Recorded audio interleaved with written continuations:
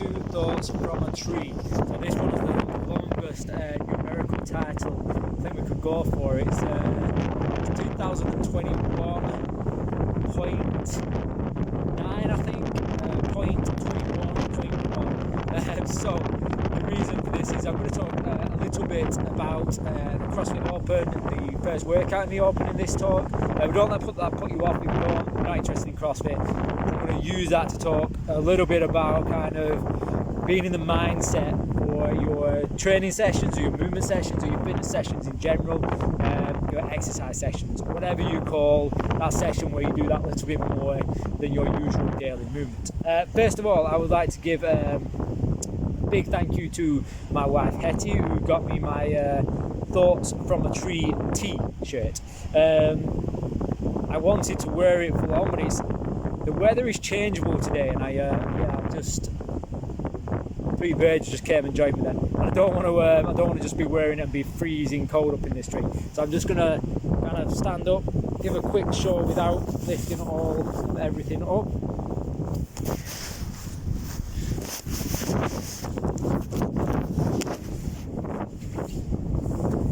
So here we have the Thought from a Tree just there. It's Rapanui, I think is how you pronounce the brand there, so I'll give those a bit of a shout out on the social media. That's my Thoughts from a Tree. So when it gets a bit nicer and I'm back in a t-shirt for these talks, that's my t-shirt that you'll be seeing more of there. So, mindset for your sessions. So I'm going to use 21.1, and it's wall walks and double unders. Now when I saw this, I saw it on the paper and I was like, yeah, I love double unders, I love wall walks, I like that. And it's kind of like, yeah, it looks better than it probably is going to be, as always with these things. But I looked now and I thought, right, what's the mindset, what's the structure for this workout? You know, there's a high chance of burnout because there's two movements, it's repetitive, it goes up in a numerical pattern as you go, so you're going to kind of find yourself buzzing, you're going to get really psyched up for it, you're going to go for it, you're going to sprint out the blocks, and then without, you burn out quick, and you can kind of transfer that through to life as well, but going too quick, too fast, getting too psyched up, getting too and then going for it straight off. So in my head, you kind of steady out, you want to keep a pace, and you want to look at it as, by going that little bit slower, by taking those little moments, how much slower in the overall picture you're going to go, but it's going to keep you going, okay? So maybe an instance, by not doing rep after rep after rep, it might slow you down in the short term. In the long term, it's probably going to help you keep going. And to me, that's more down to the mindset than it is down to the physicality.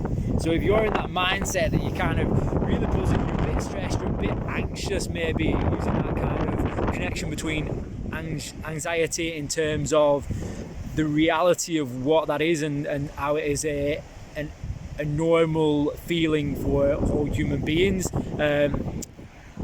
and using that as putting across to accepting what it is in life sometimes and being able to cope with it. But you're taking that and it's that buzzing feeling that you're getting worked up about it. And we need to take it that you need to be calm in these essence, because what you've got is double unders, which is quite a technical movement, and you know, when you do mess up a rep, you can start getting really annoyed at yourself, especially if you whip yourself. So for those who don't know, double under is a skip. It's a skip and roll, where the rope goes twice and your feet for every jump. So it's quite a fast movement. But if you can calm yourself down, take a breath, breathe it all in, slow it down a little bit, you might find that you can still go quick. It's a quick movement, but you've got much more time to get that rope under twice. So it's changing the thought process of it, which changes the actual movement itself. Now this works better if you're pretty adapt and pretty adapted to double unders, and you've got a decent level, you can do them. But if not so, it's a good way to start practicing. Rather than trying to go fast, just think about what's actually happening. And then you've got wall walks, which one wall walk, yeah, not too bad. It's a lot of strength movement in there, but once you start repping up and getting a lot of reps, it is tiring. So my thoughts on this is that really what you want to do is complete the walk up. So a wall walk is where you start in kind of a plank position or a press up. Complete the press up, and then you walk your feet up a wall as your hands come in, and you'll be facing the wall at the end. Is that really you need to take a breath at every rep. So once you've completed one rep, don't go straight back into the next rep. Get down, get into that press up position, breathe, set yourself, walk up the wall, walk down the wall, so that you're constantly being able to complete the reps in a good fashion, and you're just always resetting. So with every rep, you're resetting your mindset to stay in a relaxed, controlled mode throughout. And then you've got to get it done within that 15 minutes without getting to the point where you start failing reps, where you start having to hang around for longer without doing reps, and you're just staying in that kind of controlled manner and really kind of working with it. Now, I'm not saying that's going to make it easy. It's still going to be challenging. It's still a workout, and this goes for all training modes. It's not saying that you're taking away the fact of the intensity of the session. You've still got the intensity there. It's still going to push you. There's still going to be demands. You're still going to be looking to get after the workout. It's just slightly changing that mindset away from really amping yourself up and going after it and getting there, and kind of stressing a little bit, to a point where you're going after it, but you're very kind of in control of it and in control of what your body's doing, and it makes you a bit more mindful and embodied about what your body's producing at the end of it, which means your performance will be better, which means what you achieve will probably be better as well and be a lot more to your level. Now, if you're extremely good at wall walks and you're extremely good at double unders, then you're probably going to be in a controlled manner anyway and going to be smashing through it at a good rate. But it's changing that mindset from thinking, I'm going to smash this, I'm going to get through it, to just being, I'm going to be controlled, I'm going to keep my breath in check, I'm going to make sure I can get through the reps, and that's what means I'm going to be able to smash it, and I'm going to be able to get that best quality time. So that's the way I go for this one, just so you can get through those reps.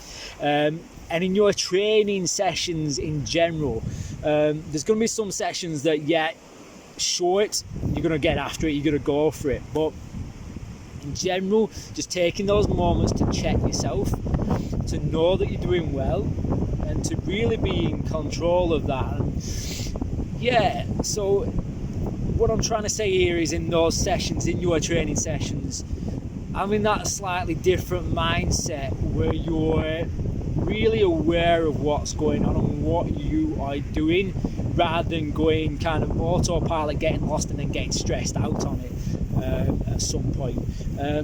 So that's my thoughts from a tree today. The takeaway from it, if you're doing the open, then keep yourself in control, that you can constantly do the reps at a good, decent quality, so that you're not using energy that you shouldn't be using, and you're keeping that stored up so that you can kind of, push on at the end maybe, or just get through the workout. And in your normal training sessions, the same applies. Remember that, you're training to get fitter and healthier. So getting fitter and healthier means that you need to be paying attention to what you're doing at times. So I'm going to leave you there. If you're doing 21.1, then good luck and enjoy it as well. It's meant to be good fun, this as well. If you're not doing 21.1, feel free to check out CrossFit and all that. I am a level 3 trainer, so if you want to know more, then please do get in touch. But take this approach into your training life as well, that just always be checking and be embodied and being aware of what you are doing. So this follows on a bit from last week's talk. That's thoughts from a tree today, and we'll try and get a few more back into the holistic stuff soon, but I'm going to kind of look at the open a little bit these 3 weeks and kind of just check back into the CrossFit world a bit. Cool, I will check you soon.